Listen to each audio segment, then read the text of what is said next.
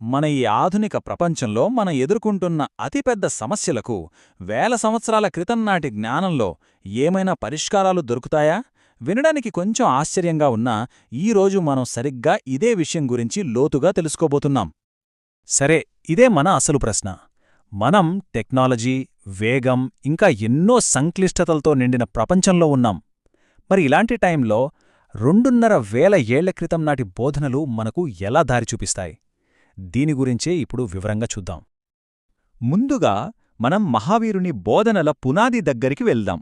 దీనిని త్రిరత్నాలు అంటారు. అంటే 3 రత్నాలు. ఆధ్యాత్మిక విముక్తికి ఇదొక కంప్లీట్ రోడ్ మ్యాప్ లాంటిది. అంటే ఇవి విడివిడిగా ఉండే రూల్స్ కాదన్నమాట.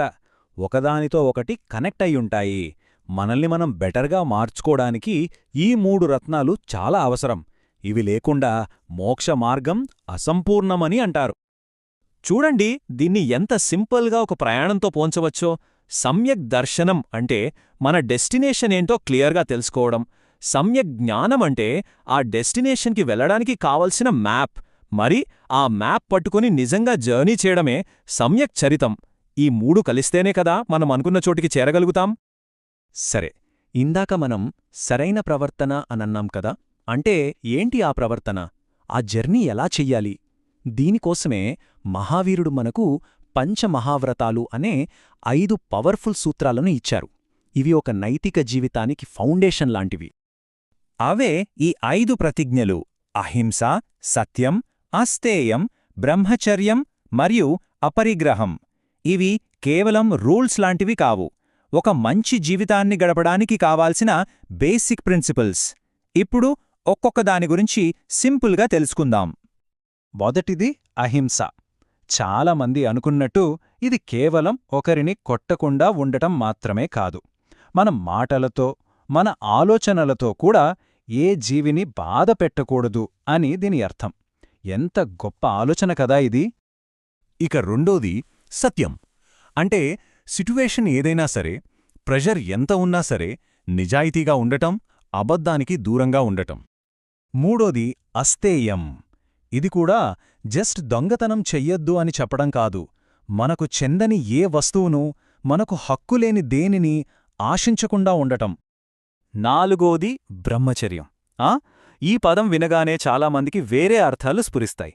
కానీ దీని అసలు అర్థం మన ఇంద్రియాలను, మన కోరికలను అదుపులో ఉంచుకోవడం, ఒక రకమైన సెల్ఫ్ డిసిప్లిన్ పాటించడం. ఫైనల్గా ఐదోది అపరిగ్రహం. సింపుల్గా చెప్పాలంటే అవసరానికి మించి ఏదీ కూడపెట్టకపోవడం. ఇది ఇప్పుడు మనం ట్రెండీగా చెప్పుకునే మినిమలిజం లాంటిదన్నమాట. వస్తువుల మీద వ్యామోహం తగ్గించుకోవడం. సరే, బావుంది. ఇప్పటిదాకా ఈ సిద్ధాంతాల గురించి తెలుసుకున్నాం. అయితే అసలు విషయానికొద్దాం. అసలు పాయింట్ ఏంటంటే, ఈ ప్రాచీన సూత్రాలు మన ఇప్పటి మోడర్న్ ప్రాబ్లమ్స్కి ఎలా సొల్యూషన్స్ అవుతాయా చూద్దాం రండి. మొదటగా అహింసనే తీసుకుందాం.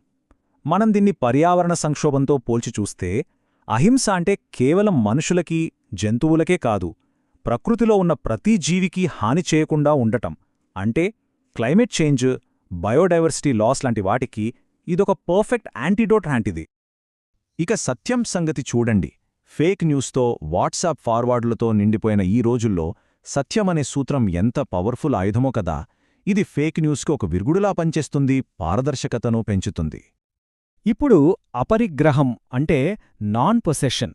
ఇది మన హైపర్ కన్జ్యూమరిజంని, అంటే ఆన్లైన్లో కనిపించిందల్లా కొనే మన అలవాట్ని నేరుగా ప్రశ్నిస్తుంది. అవసరానికి మించి వద్దనుకుంటే ఒకవైపు ఆర్థిక అసమానతలు తగ్గుతాయి, మరోవైపు మనమీద మనకి మెంటల్ స్ట్రెస్ కూడా తగ్గుతుంది. చివరిగా బ్రహ్మచర్యం అంటే సెన్స్ కంట్రోల్. కాన్స్టెంట్గా నోటిఫికేషన్లతో, సోషల్ మీడియా అప్డేట్స్తో మనల్ని డిస్ట్రాక్ట్ చేసే ఈ డిజిటల్ యుగంలో ఫోకస్గా ఉండటానికి ఇది ఎంత అవసరమో కదా. మన ఏకాగ్రతను మళ్లీ మన చేతుల్లోకి తెచ్చుకోవడానికి ఇదొక టూల్ లాంటిది. సో చూశారుగా, వేల ఏళ్ల కిందట చెప్పిన ఈ సూత్రాలు ఈ రోజుకి కూడా ఎంత పర్ఫెక్ట్గా సూటవుతున్నాయో. ఇవి జస్ట్ పాతకాలం నాటి నీతి సూత్రాలు మాత్రమే కాదు, మన కాంప్లెక్స్ మోడర్న్ లైఫ్ని నావిగేట్ చేయడానికి ఒక కంపస్ లాంటివి. ఈ విశ్లేషణను ఒక చిన్న ఆలోచనతో ముగిద్దాం. అంతులేని డిస్ట్రాక్షన్స్తో నిండిన ఈ ప్రపంచంలో మనమిందాక చెప్పుకున్న వాటిలోంచి ఒక చిన్న సింపుల్ ప్రతిజ్ఞను పాటిస్తే అది మన జీవితంలో ఎంత పెద్ద మార్పును తీసుకురాగలదో ఒక్కసారి ఆలోచించండి.